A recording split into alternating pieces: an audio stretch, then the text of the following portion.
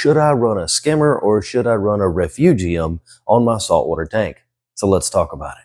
Hey, I'm Logan from Reef Rookies, and I'm here to help you demystify saltwater aquaria. And when you're talking about refugiums versus skimmers, a lot of people think that those two things are interchangeable, and I think that it's probably because we've lost a little bit in the vocabulary over the decades of reef keeping. Refugiums are a place where little small microorganisms and microbes and copepods and amphipods and things like this can live in the tank and not be predated on by the predators in the tank, the fish and the other things that are going to eat those organisms. Now, sometimes people will put algae of different kinds, either micro or macroalgae, in a refugium, and they will grow that algae in that space and provide that refuge for those animals to grow and live and thrive and survive. And because of that, the algae grows to a point where they have to cut it and remove it, removing nutrients from the aquarium, which I think maybe in some people's mind equate that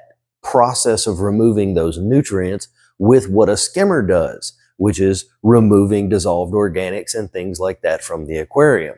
But a skimmer and a refugium don't do the same thing. They remove different things from the water column at different points in the chemical dissolved organics of the whole situation. So when somebody asks me, should I run a refugium or should I run a skimmer?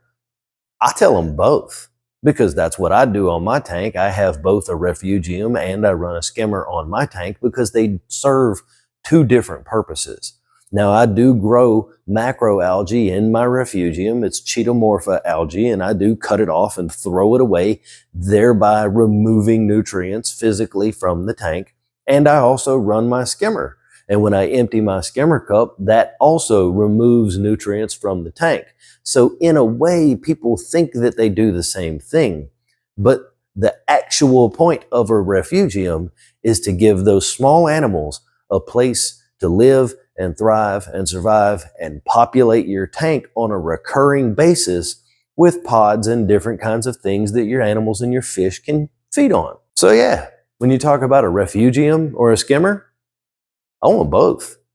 So if this video helped you understand a little bit more about saltwater aquaria, if you still have some questions, throw them down below and I'll be sure to make a video on those. Be sure to subscribe or follow the channel and make sure you get all the notifications coming in, because you never know what I'm going to cover next, just like this video right here.